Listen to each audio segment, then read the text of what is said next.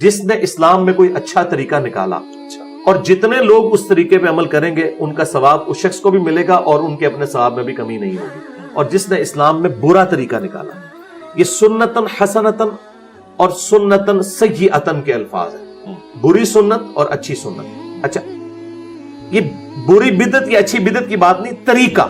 جس طرح ہم نے یہ طریقہ اسلام کی خدمت کے لیے نکالا کہ ہم اپنی ویڈیوز کو ریکارڈ کرتے ہیں یوٹیوب کے اوپر اپلوڈ کرتے ہیں. امام بخاری امام مسلم نے حدیث کی کتابیں لکھی, یہ خیال خلفائے راشدین کے پاس تو نہیں آیا, نہ ان کو ایسا موقع ملا. وہ خود سراپا سنت تھے, لوگ ڈائریکٹ ان سے سنت سیکھتے تھے. لیکن 200-250 سال بعد اس چیز کی ضرورت محسوس کی گئی کہ جو زمانہ دور ہوگا تو ہمیں کوئی ریٹن ریکارڈ بھی اس کا پیرلل میں رکھنا چاہیے, ورنہ تو آنے والے وقت میں ہر علاقے کی سنت ڈیفرنٹ ہو جائے گی. تو یہ جو چیزیں کلک کرتی ہیں نا, یہ اسلام میں اچھے طریقے ہیں. اس کے پہلے آپ جو ہے وہ دانوں والی تسبیح میں شمار کرتے تھے, اب الیکٹرانک کاؤنٹر آ گیا. نماز کے اعتبار سے پہلے ہم جن مسجدوں میں نماز پڑھتے تھے وہ سمپل لکڑی کی چھتیں ہوتی تھی, اب ایئر کنڈیشن بھی لگے ہوئے ہیں اور وہاں پہ قالین بھی. اور لوگ اکثر پوچھتے ہیں کہ یہ بدعت ہے. بھائی بدعت نہیں ہے. بدعت کی جو ڈیفینیشن ہے بخاری مسلم میں وہ یہ ہے, من احدث فی امرنا ھذا فہو رد, جس نے ہمارے سکھائے ہوئے دین میں کوئی چیز داخل کی. اچھا, دین کی تو دین میں کوئی چیز یہ داخل نہیں ہوتی. اگر کوئی یہ نیت کرتا ہے کہ اوپر اس قالین کے سامنے اس اے سی شریف کے اور نیچے اس پنکھا شریف کے منہ طرف خانہ کعبہ شریف کے, یہ تو کوئی نہیں کہتا.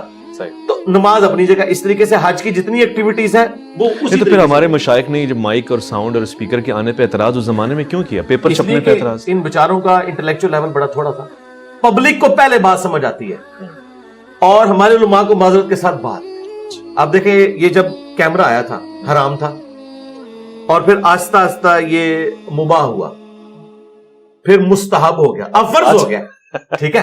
اچھا, لیکن اس وقت بھی جو پڑھے لکھے علماء تھے, مولانا مودودی, ڈاکٹر اسرار, ڈاکٹر طاہر القادری, علماء عرب, انہوں نے کبھی ان پہ کوئی ایسا وقت نہیں گزرا کہ انہوں نے کیمرے کے اوپر کبھی کوئی ورڈکٹ دی ہو کہ یہ حرام ہے. ٹھیک ہے. انہیں اس زمانے میں بھی پتا تھا کہ یہ جن تصاویر کے اوپر حرمت والا معاملہ ہے وہ ہیں جو عبادت کی غرض سے ہوتی ہیں. ورنہ کیا نبی علیہ السلام آئینہ نہیں دیکھتے تھے؟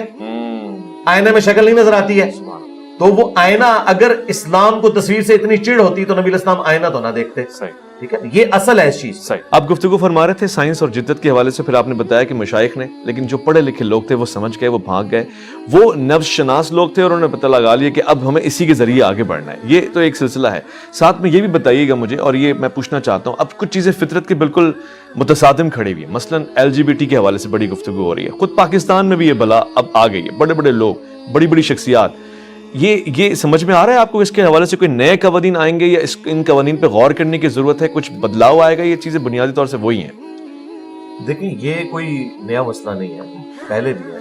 قرآن حکیم میں زنا کی مذمت اتنی دفعہ نہیں آئی ہے جتنی یہ ہومو سیکچوالٹی والے ایشو کے اوپر آئی. اچھا, ہاں, آپ دیکھیں 7-8 جگہوں پر تو ڈیٹیل کے ساتھ قوم لوط کا واقعہ بیان ہوا اور وہ پوری تفصیلات کے ساتھ بیان ہوا. تو اس کے بارے میں اسلام کے کسی مکتب فکر میں کوئی دوسری رائے نہیں تھی. باقی یہ جو چند ایک لوگ آپ کے سامنے آتے ہیں اس طریقے سے, بعض چینلز ہیں, جی میں پہلے مسلمان تھا, میں ایکس مسلم ہوں. یہ میرے بھائی نہ وہ پہلے مسلمان تھے نہ ان کے باوجود مسلمان تھے, وہ نسلاً مسلمان تھے. جس طرح ہم نسلاً ہندوؤں کی اولاد ہیں, اس کے بعد ہم جو بھی ریلیجن اڈاپٹ کر لیں, یہاں سب کانٹیننٹ کے لوگ, پہلے تو یہ تھا نا, بعد میں لوگوں نے اپنا ریلیجن کو اس طریقے سے چینج کیا. تو یہ لوگ کبھی مسلمان تھے ہی نہیں, صرف نام کے مسلمان تھے. اس کا ثبوت یہ ہے کہ انہوں نے کبھی نماز نہیں پڑھی. آپ ان میں سے کسی کو نماز سنیں, نماز نہیں آتی.